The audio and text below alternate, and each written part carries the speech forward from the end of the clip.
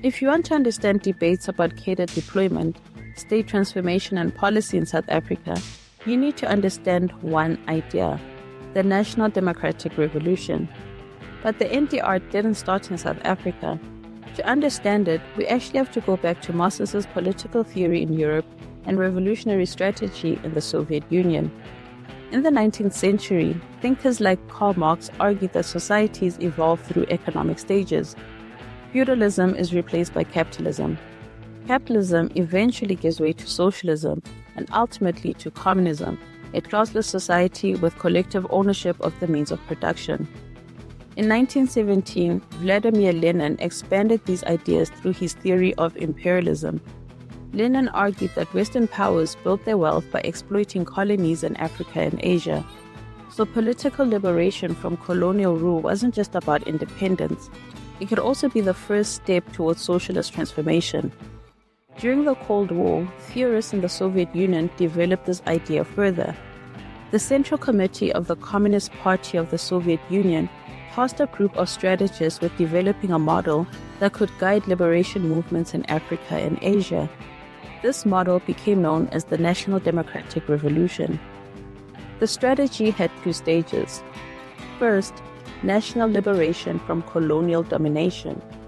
Second, socialist transformation, restructuring the economy and the state, thereby ushering in communism.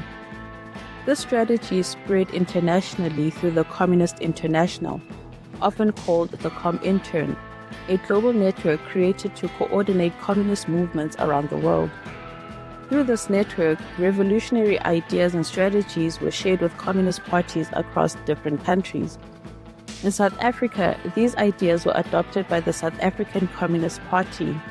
The SACP became closely aligned with Soviet political thinking and adopted the National Democratic Revolution as a strategic framework. The SACP also formed a political alliance with the African National Congress. During the anti-apartheid struggle, the Soviet Union provided financial and military support to the ANC's armed wing. At the same time, members of the SACP played important roles within the broader liberation movement. But applying the NDR to South Africa wasn't straightforward. Unlike many African countries, South Africa had technically gained independence from Britain in 1910, and large segments of the white population had lived in the country for generations. To solve this problem, communist theorists in South Africa developed the idea of internal colonialism. According to this theory, South Africa contained both an imperialist state and a colonized population within the same country. This interpretation became the foundation for the National Democratic Revolution in South Africa.